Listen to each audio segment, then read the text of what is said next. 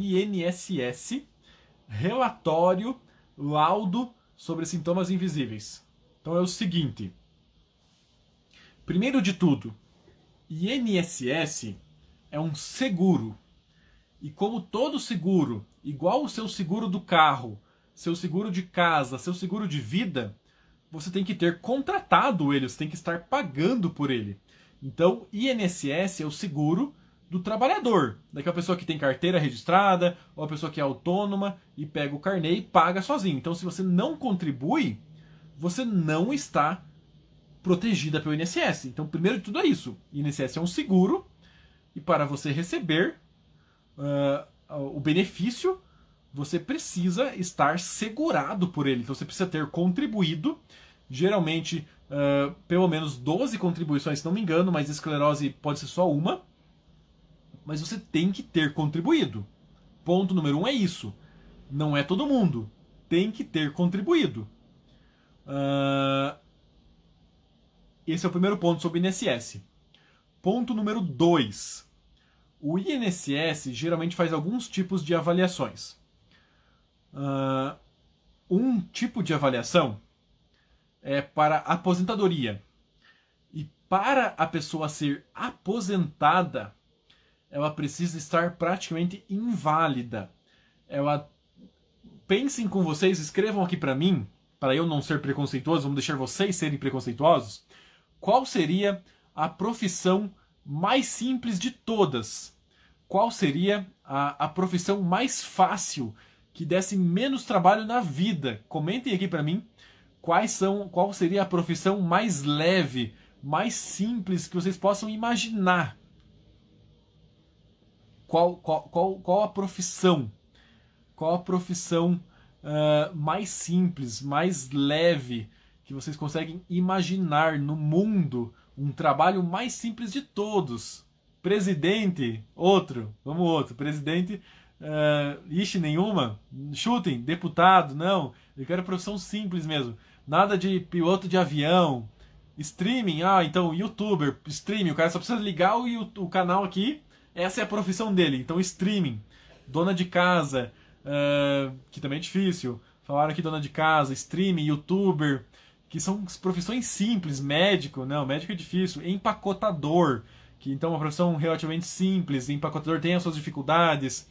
Então, para vocês pensarem, profissões simples. Quando a pessoa vai no INSS e fala assim, o perito não me aposentou. Porque funciona assim, a regra da perícia é a seguinte: você só vai ser aposentado se não tiver condição de exercer basicamente nem a profissão mais simples do mundo, que falaram aqui, streamer.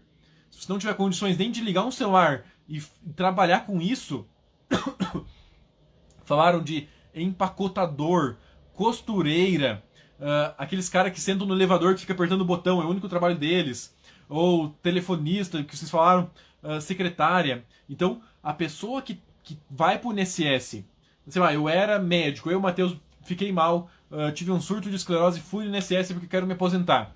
Se eu chegar lá andando, falando, mesmo com muita sequela, ele fala assim, eu não posso te aposentar porque você tem condições de trabalhar nessa profissão.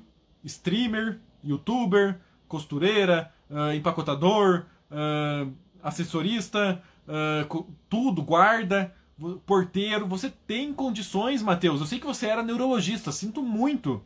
Você não vai conseguir ser neurologista de novo. Mas eu vejo aqui que você tem condições físicas, você anda, você tem conhecimento, você tem condições de trabalhar como porteiro, tem condições de trabalhar como assessorista, tem condições de trabalhar como isso.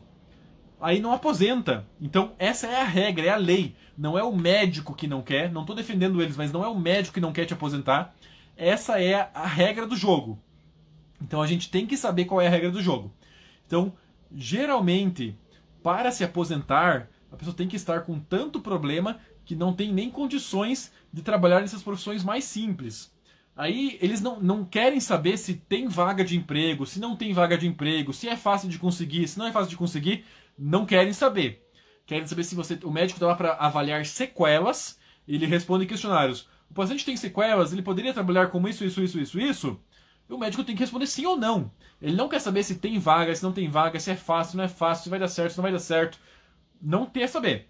A pessoa, basicamente, para ser aposentada por invalidez completa, digamos assim, ela tem que estar tão mal que não consegue ser readaptada para alguma outra profissão que lhe dê algum tipo de sustento.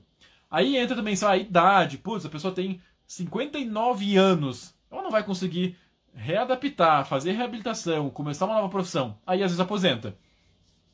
Às vezes o paciente ganha um benefício temporário para que dê tempo dele trabalhar a sua sequela, melhorar a sua sequela, se capacitar, fazer um curso, fazer uma faculdade, para tentar entrar numa dessas outras profissões que eu falei.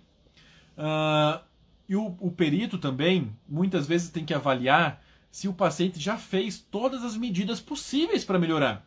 Ah, fui no INSS porque estou com a minha perna fraca, mas não fiz fisioterapia, não tomei remédio, não troquei meu tratamento, não fiz nada.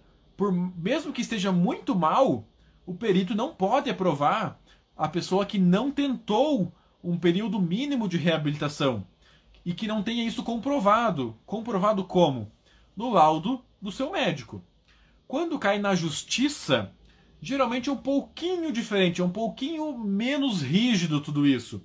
Porque geralmente o perito não é um perito do INSS, é um perito da justiça, ele é mais bonzinho, digamos assim, entre aspas. Então, chegando no ponto do laudo, o laudo talvez seja o ponto mais importante da sua perícia. Porque o perito, ele muitas vezes não é neuro, e muito menos sabe o que é esclerose. Às vezes é ortopedista, às vezes é clínico, às vezes é qualquer outra coisa. E às vezes ele está vendo esclerose pela primeira vez na vida ali na hora. Então ele não vai nem olhar sua ressonância, não sabe olhar as imagens. O que ele vai ver? Vai ver seus laudos, laudo dos exames que provam que tem esclerose mesmo. Vai ver o laudo do seu neuro. E aí que o seu neuro vai ter que explicar de maneira bonitinha quais seu histórico de surtos, o que os surtos te deixaram de sequela, como que essas sequelas te atrapalharam, quais outros problemas que surgiram, quais tratamentos você já fez, falar quais remédios você já usou, que você está sim indo nas consultas, que você está buscando melhorar, você já está trocando de remédio, quais foram as terapias que você já fez, quantas, com que frequência, com que intensidade, para provar que você já tentou melhorar e não conseguiu melhorar mesmo tentando. Então isso tudo tem que estar bem escrito. E algo muito importante é a parte dos sintomas invisíveis, que o médico lá não vai conseguir ver, que o seu neuro vai ter que escrever. Como que a esclerose te afeta? Afeta sua memória, afeta seu raciocínio, afeta sua visão, afeta sua fadiga, afeta sua bexiga, tem dor crônica. Tudo isso tem que ser bem escrito e elaborado pelo médico no laudo para convencer o colega médico, que é o perito, de que são sintomas verdadeiros, que isso é muito comum na esclerose, que causa muito sofrimento, mais sofrimento do que uma perna paralisada, por exemplo, e que isso te impede de continuar trabalhando normalmente. Então, é assim que a gente tem que elaborar algum tipo de laudo para o INSS. Antes de eu trocar de tema, de novo, para não defender o médico, mas assim, ó, eu já vi gente falando assim, doutor, fui na perícia, o médico nem me examinou. Mas assim, o perito, ele não é um médico assistente como eu, que tenho que te ouvir, que tenho que te fazer o melhor por você. Ele tem um único objetivo na perícia, que é saber responder: este paciente tem sequelas que impedem ele de trabalhar nessa função? E isso, às vezes, ele consegue avaliar simplesmente te ver andando. Ah, ele te chama, você vem andando, andandinho, pronto! Às vezes já é suficiente para ele saber, por mais sintomas invisíveis que você tenha, por mais outras sequelas que você tenha, se você veio andando para determinadas profissões, às vezes já é suficiente para ele saber que você tem condições de reabilitar, de não sei o que, e de trabalhar em outras profissões ou na sua. Lógico que o ideal seria se ele te examinasse, visse teus exames, te ouvisse, te escutasse, fosse bonzinho. Mas ele tá lá, ele é técnico, ele é assim, é cara crachá. Ele quer ver sequela, quer saber tua profissão, quer saber o que você faz, o que não faz. Se veio andando, se já chegou, às vezes já é suficiente para ele. Ele não precisa bater o martelinho no teu joelho para saber se tu consegue trabalhar como empacotador ou não. Ele não precisa fazer outra coisa para saber se tu consegue trabalhar de assessorista ou não. Então, às vezes, só no andando, ele sabe que você vai conseguir continuar trabalhando naquela profissão. E os invisíveis prova-se por meio de laudo, porque não vai ter nem tempo, nem oportunidade de você contar e convencer. Então é laudo mesmo, ele só vai acreditar no que o médico escreve e não vai acreditar no que você fala.